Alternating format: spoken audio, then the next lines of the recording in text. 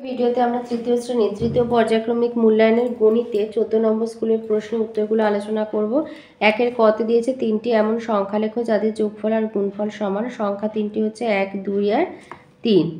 1, 2 আর 3 গুণ করলেও 6 হয় আর যোগ করলেও 6 হয়।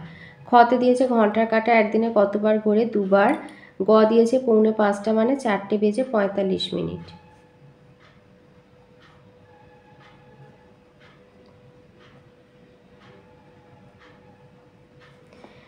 ঘতে দিয়েছে 2024 সালে মোট দিন সংখ্যা কত? 2024 যেহেতু 4 দ্বারা বিভাজ্য তাই মোট দিন সংখ্যা হবে 366 দিন। উঙ দিয়েছে ঘড়ির সবচেয়ে ছোট কাঁটা কোনটি? সেকেন্ডের কাঁটা। চ দিয়েছে এক বছরে কতগুলি সপ্তাহ হয়? 52 সপ্তাহ। ছ দিয়েছে সরলের ক্ষেত্রে পরপর দুটি ভাগ থাকলে কোনটির কাজ আগে করবে? বাম দিকের ভাগটি আগে করতে হয়।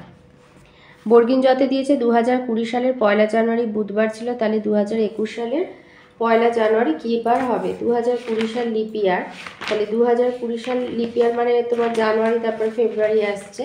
তো যেহেতু 2020 সাল হচ্ছে লিপ ইয়ার, তাই 2020 সালের 1 জানুয়ারি থেকে 2021 সালের 1 জানুয়ারি হচ্ছে এক বছর। মোট দিন সংখ্যা হবে 366 দিন।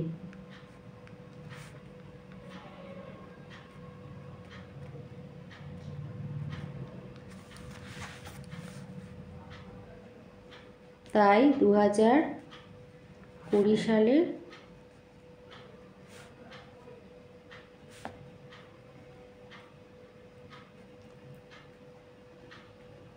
জানুয়ারি থেকে 2021 সালে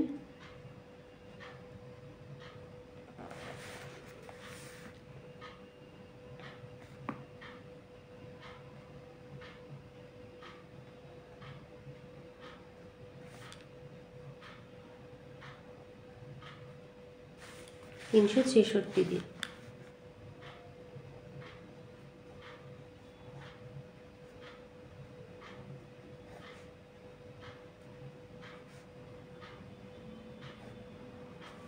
তাহলে অড ডে হচ্ছে 2 দিন। তাহলে 2020 সালের 1 জানুয়ারি ছিল আমাদের বুধবার, তার মানে বুধবারের 2 দিন পরে হবে 2021 সালের 1 জানুয়ারি। অতএব 2021 সালের 1 জানুয়ারি হবে বুধবারের 2 দিন পর, মানে বৃহস্পতি শুক্রবার।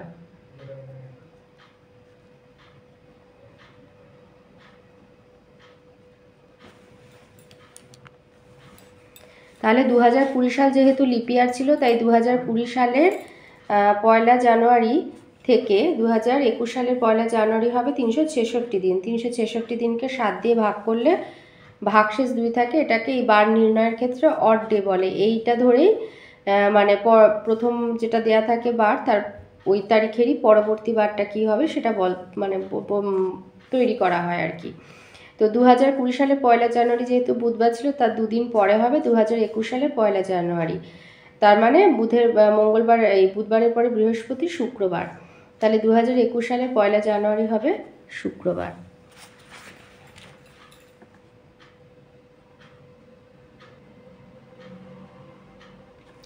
ঝতে দিয়েছে একটা বছরের পরপর এমন দুটি মাস লেখো যাদের দিন সংখ্যা হচ্ছে 31, জুলাই আর আগস্ট।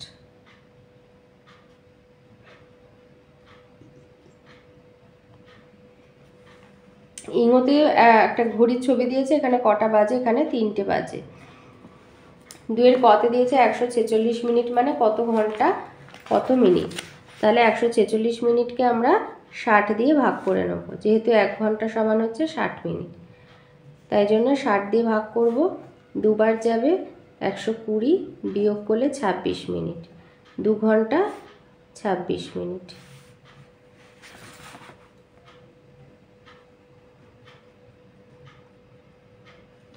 পরে আছে 3 মাস 27 দিন সমান কত দিন? 1 মাস সমান হচ্ছে 30 দিন, তাই 3 গুণ 30 যোগ 27, তাহলে 3 30 হচ্ছে 90 যোগ 27, তার মানে 7 10 11 117 দিন।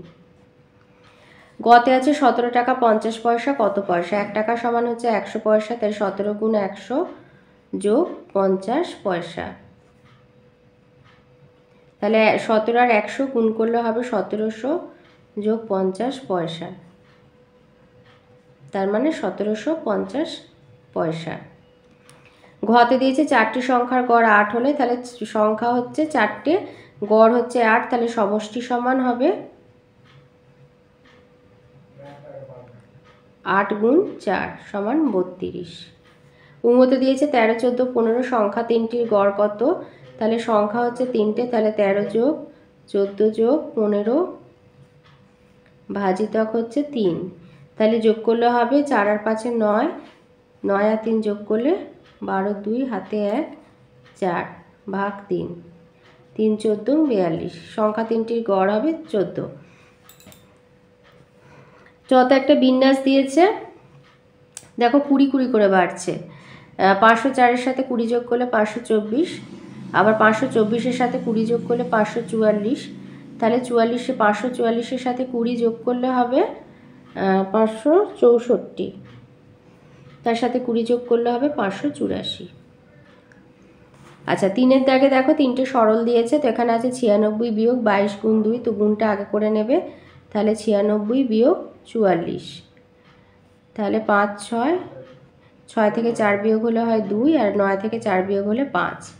খতে দেখো এখানে একটা ভাগের কাজ আছে, ভাগের কাজটা আগে করে নেবে, বিয়োগ 15, 5 15 75। এবারে 184 থেকে 15 বিয়োগ দেবো, তাহলে 4টাকে 14 ধরবে, 9 কাটা হবে 14, হাতে 1, 1 আর 1 2, 8 থেকে 2 বিয়োগ হলে হয় 6, আর 1টা বসে যাবে।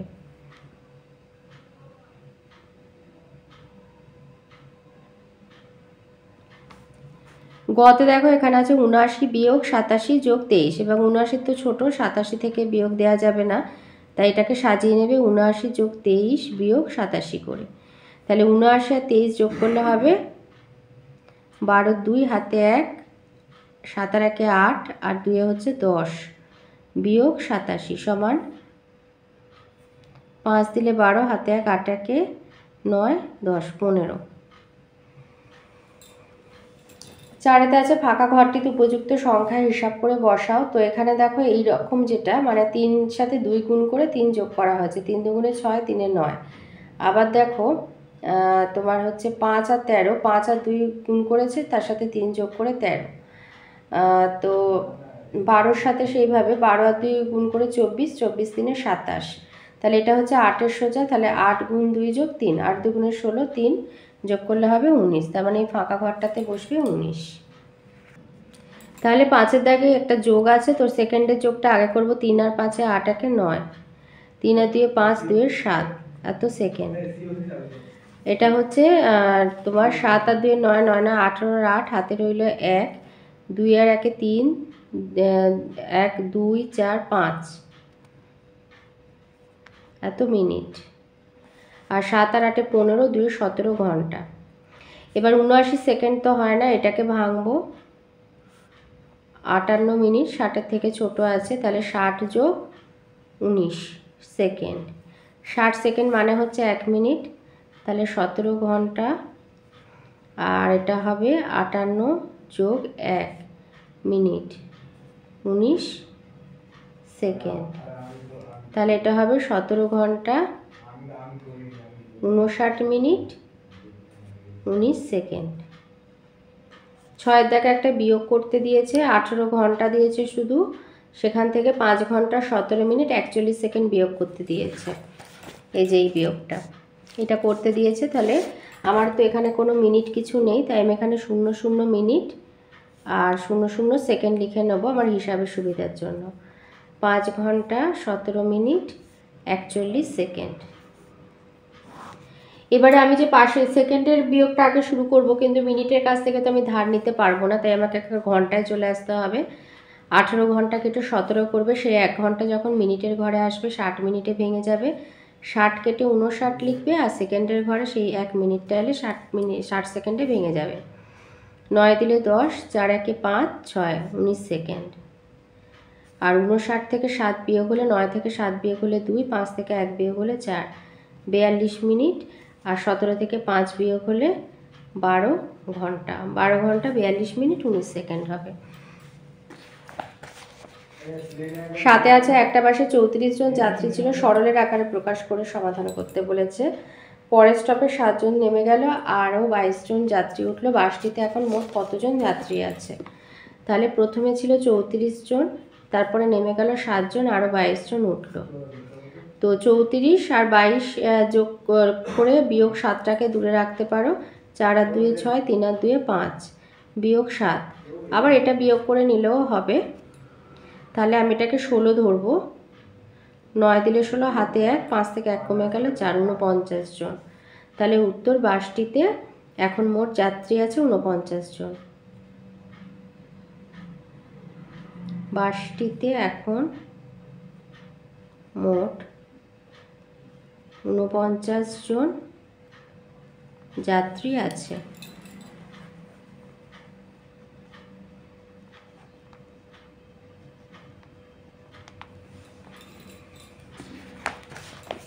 আটে দিয়েছে তোমার বয়স 9 বছর 2 মাস 17 দিন, বোনের বয়স 7 বছর, ভাইয়ের বয়স হচ্ছে 3 বছর 8 মাস 28 দিন। তোমাদের তিনজনের মোট বয়স কত?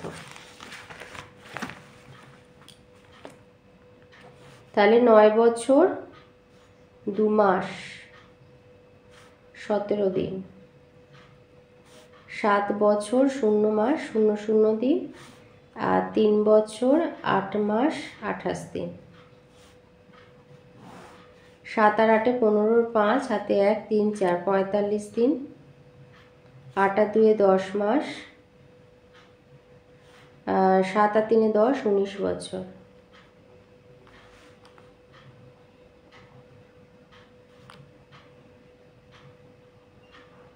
পঁয়তাল্লিশ দিন মানে 30 যোগ 15 দিন। 30 দিন মানেই হচ্ছে 1 মাস।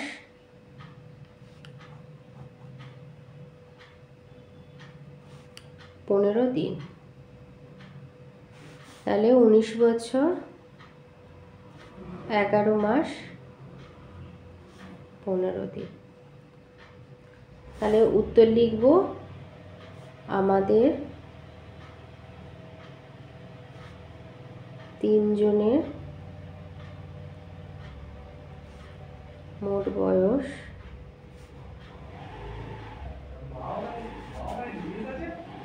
19 বছর 11 মাস 15 দিন।